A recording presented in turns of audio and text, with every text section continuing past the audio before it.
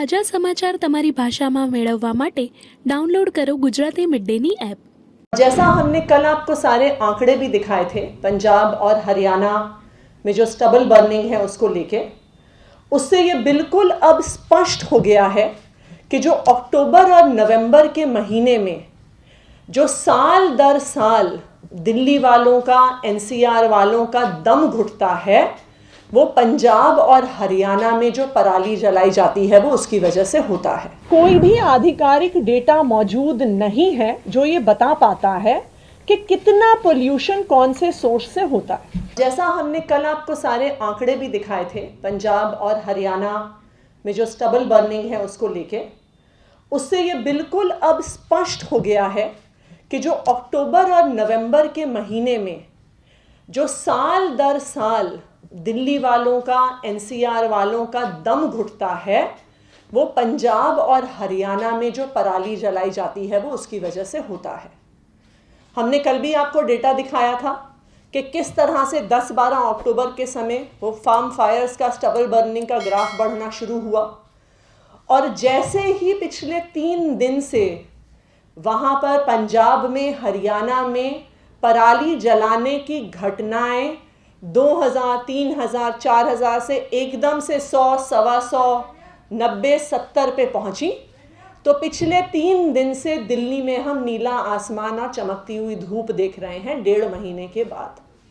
तो अब ये बिल्कुल स्पष्ट है कि दिल्ली वालों का जो दम घुटता है उसके लिए पंजाब और हरियाणा में जलाए जाने वाली पराली जिम्मेदार है। अब इस पर एक्शन कौन लेगा? अब इस पराली जलने को रोकने के लिए कौन जिम्मेदार है? दिल्ली में होने वाला वायु प्रदूषण है, जो दिल्ली की हवा में, दिल्ली में रहने वालों का दम घुटता है, उस समस्या पर एक्शन लेने के लिए ये एयर क्वालिटी कमीशन जिम्मेदार है।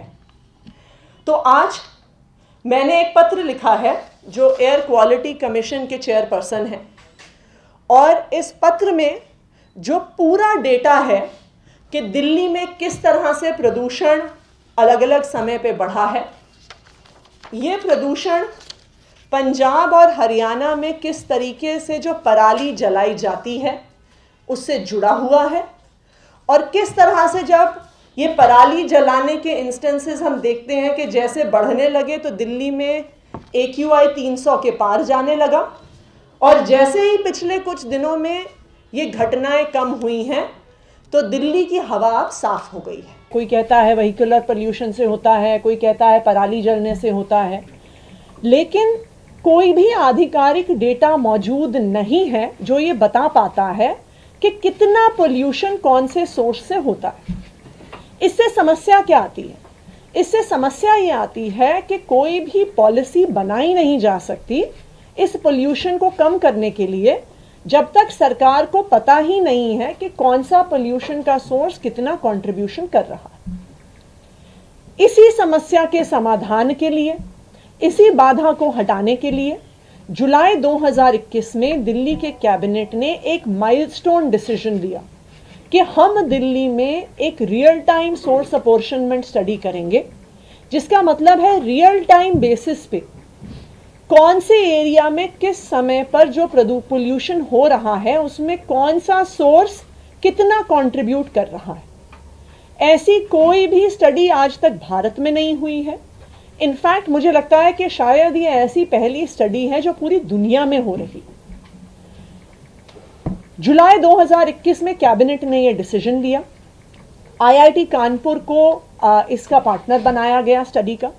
IIT कानपुर ने अपने साथ कई और इंस्टीट्यूशंस को भी, जिसमें टेरी, द एनर्जी रिसर्च इंस्टीट्यूट, और Indian institute of science education and research IISER को भी शामिल किया, और एक पूरी साइट डिज़ाइन करी गई जो सेंट्रल दिल्ली में है, जिसमें दुनिया की world class cutting edge scientific equipment रखी गई जो पोल्यूशन को मेजर करेगी, और दूसरा एडवांस्ड मैथमेटिकल मॉडलिंग के साथ, एडवांस्ड केमिकल मॉडलिंग के साथ इस स्टडी को डिजाइन किया गया।